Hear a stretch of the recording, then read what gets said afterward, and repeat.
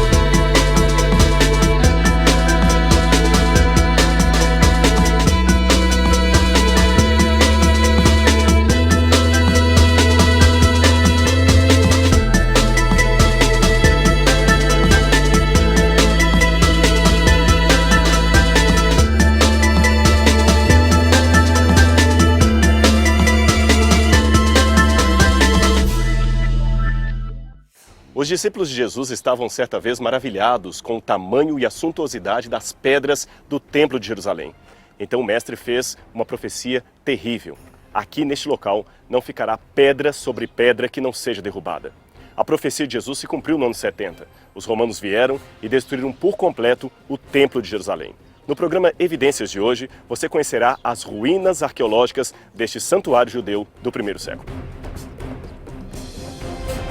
O tamanho exagerado dessa pedra sem nenhum corte ou marca de liga nos dá uma ideia da impressão que ela deixou sobre os discípulos. Aí compreendemos por que ficavam tão admirados com relação ao tamanho das pedras do edifício de Jerusalém. Estas pedras são herodianas, isto é, foram construídas por Herodes o Grande. E ele, então, fez esse suntuoso edifício com pedras de um tamanho imenso, trazidas da adjacência de Jerusalém, porém sem a tecnologia que temos hoje, de guindastes, instrumentos, caminhões, etc. Agora imaginem transportar uma pedra deste tamanho, desde a sua origem até aqui. Isso realmente nos dá uma ideia de por que os discípulos ficaram tão assombrados.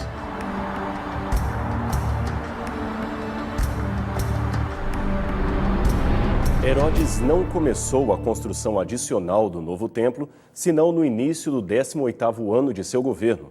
Isto foi por volta do ano 20 a.C. Não foi fácil a polêmica entre o rei e as autoridades judaicas daquele tempo. Mas, finalmente, ele anunciou seu intento de começar as construções.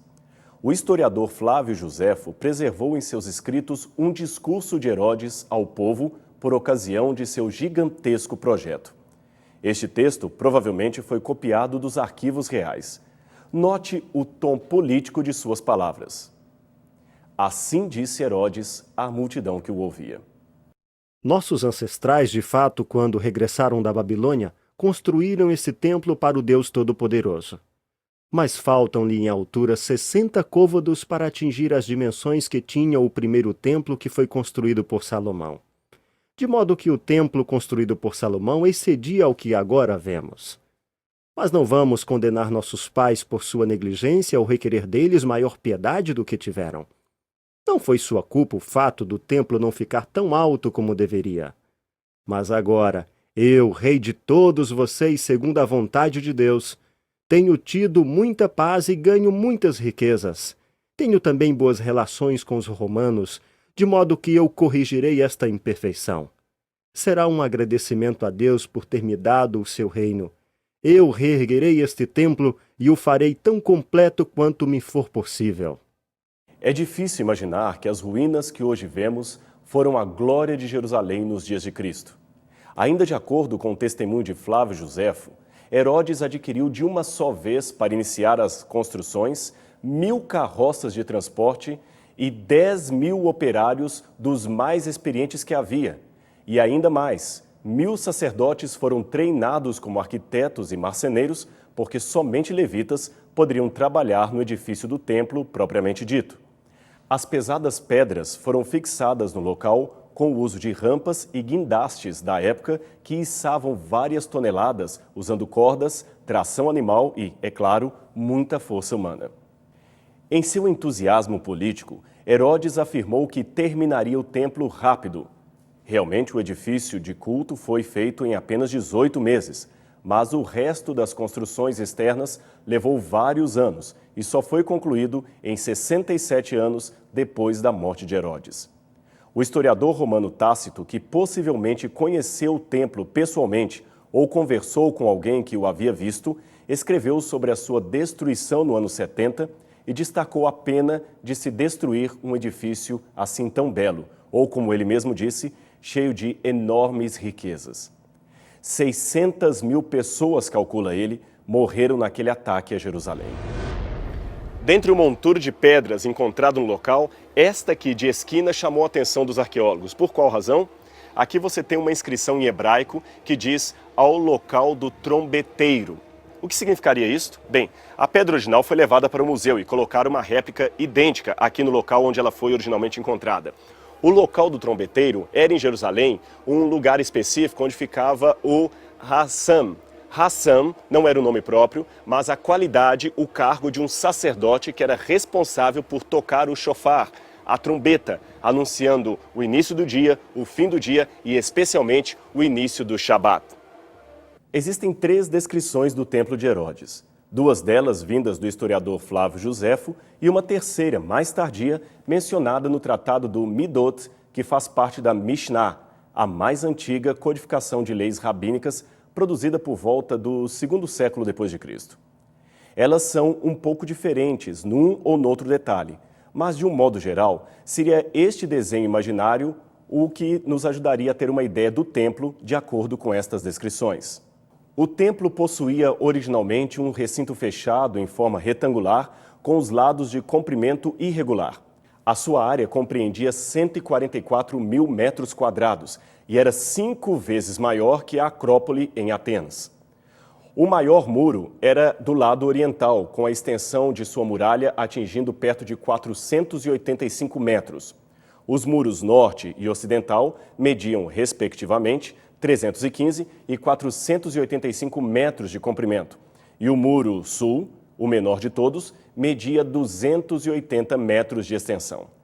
Atrás ficava a Fortaleza Antônia, de onde os romanos vigiavam os judeus religiosos.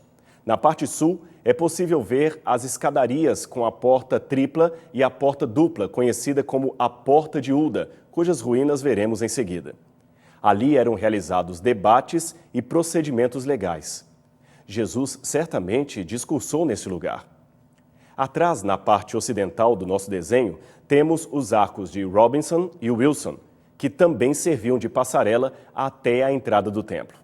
Aqui você tem uma ideia do povo de classe mais elevada subindo as escadarias do arco de Robinson para chegar à esplanada do templo. Daqui a pouco você também verá as ruínas deste local. E, finalmente, temos o recinto mais sagrado do templo, constituído dos lugares santo, aonde apenas o sacerdote poderia entrar, e o lugar santíssimo, aonde apenas o sumo sacerdote podia ter acesso e apenas uma vez por ano. Ali eram oferecidas perante Deus, segundo as prescrições judaicas do Antigo Testamento, todos os sacrifícios e ofertas que o povo trazia para o recinto do templo. De acordo com o Evangelho de Lucas, José e Maria trouxeram Jesus ainda bebê para ser apresentado aqui no templo diante de Deus. Ali, eles se encontraram com Simeão e Ana, que profetizaram e ergueram preces de louvor pelo nascimento daquele menino. Disse o idoso judeu, ao tomar Jesus nos braços: "Agora, Senhor, podes despedir em paz o teu servo, segundo a tua palavra, porque os meus olhos já viram a salvação, a qual preparaste diante de todos os povos." Isto está em Lucas, capítulo 2, versos 30 e 31. Isso tem um significado todo especial se aceitarmos a tese defendida por reputadas fontes de que o templo havia sido erguido no mesmo local aonde séculos antes Abraão levara o seu filho Isaque para ser oferecido a Deus, num tremendo e grandioso ato de renúncia e fidelidade diante de uma estranha ordem divina.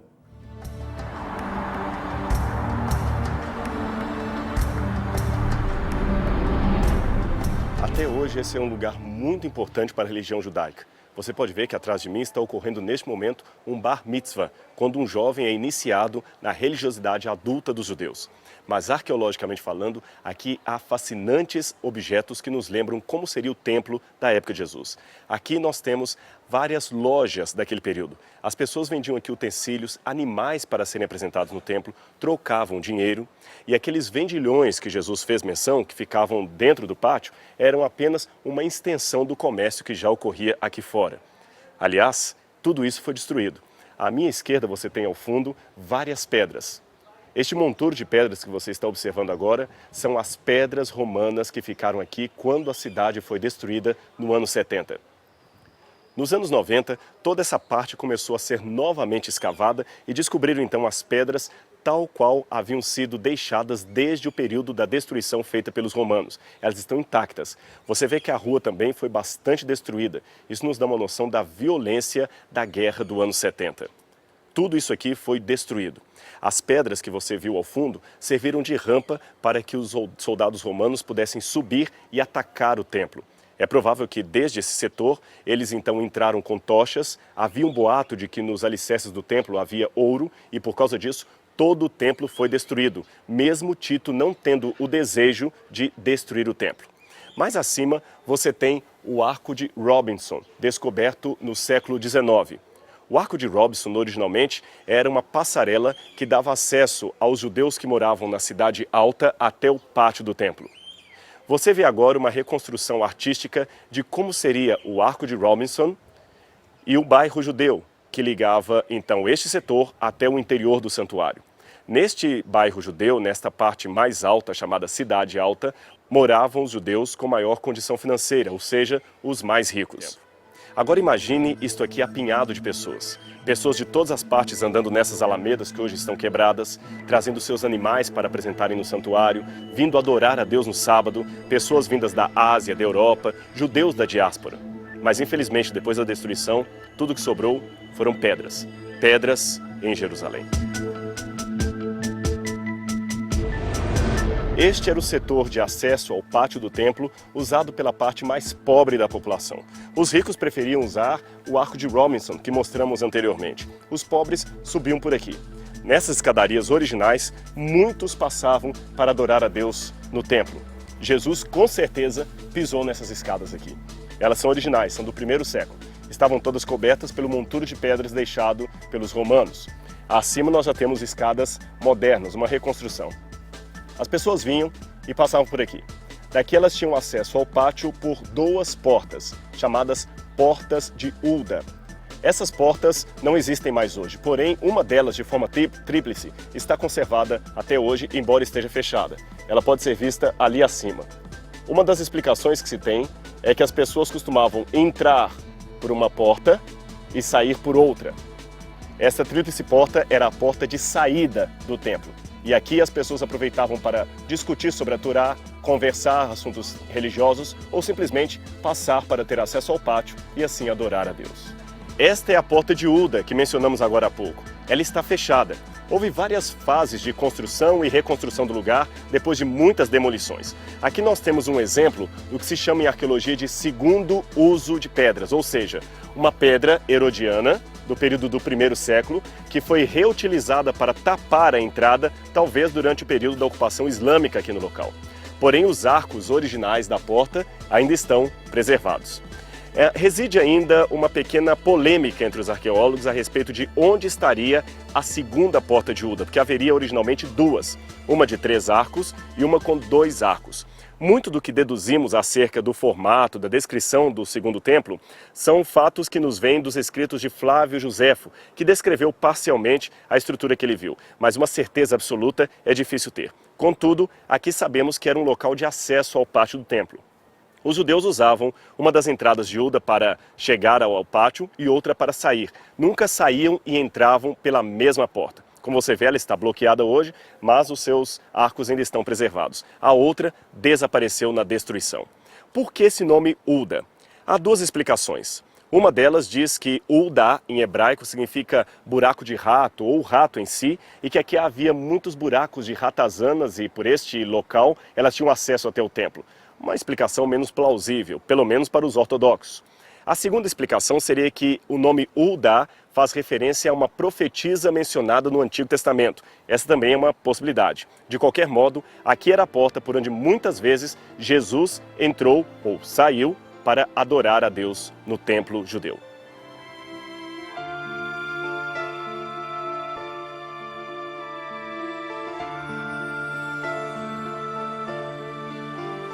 Este foi o nosso programa Evidências sobre o templo do primeiro século, ou o segundo templo. Pena que tudo se resume a pedras derrubadas. Ou melhor, nem tudo. Há um santuário, um templo que os homens não conseguiram derrubar, o santuário celestial. Nele, Cristo está hoje administrando em nosso favor como sumo sacerdote diante de Deus. E deste santuário celestial, ele voltará para nos levar a uma nova Jerusalém, onde portas não estarão fechadas e pedras não serão monturos resultante de uma guerra, serão pedras de ouro. Caminharemos em ruas de ouro de uma cidade que jamais será destruída. Até o próximo programa.